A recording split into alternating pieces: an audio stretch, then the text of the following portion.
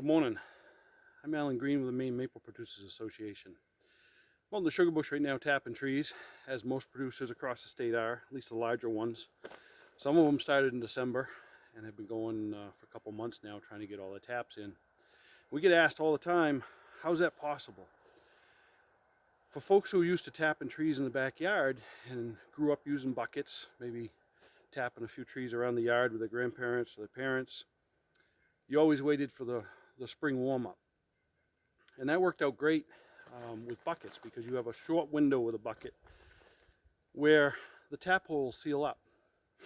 And the reason the tap hole seals up is because the oxygen and the bacteria can go to work in that tap, in that spile. It allows oxygen in the tap hole.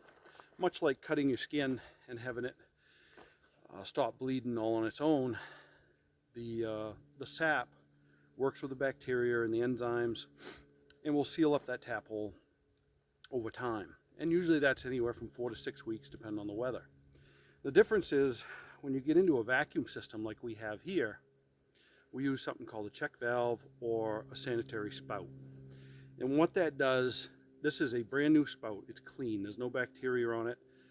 Everything is sanitized essentially. Even the drill bit. We use a new drill bit on a regular basis. We keep it clean. So when we drill that hole and it's cold like it is today, it's about 12 degrees this morning.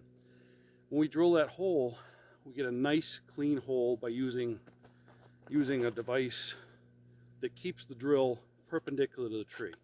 So that hole, if we drilled at an angle like you would with a bucket tap, it would leak around that hole. That's an oblong hole once you drill at an angle. If you drill square to the tree, that's a perfectly square hole, square to the tree. So by putting this in first, tapping into the tree, this is sanitized, there's no bacteria. The stubby spout that's on the tree then goes, in this case, some people use replaceable spouts, we use a two-piece spout.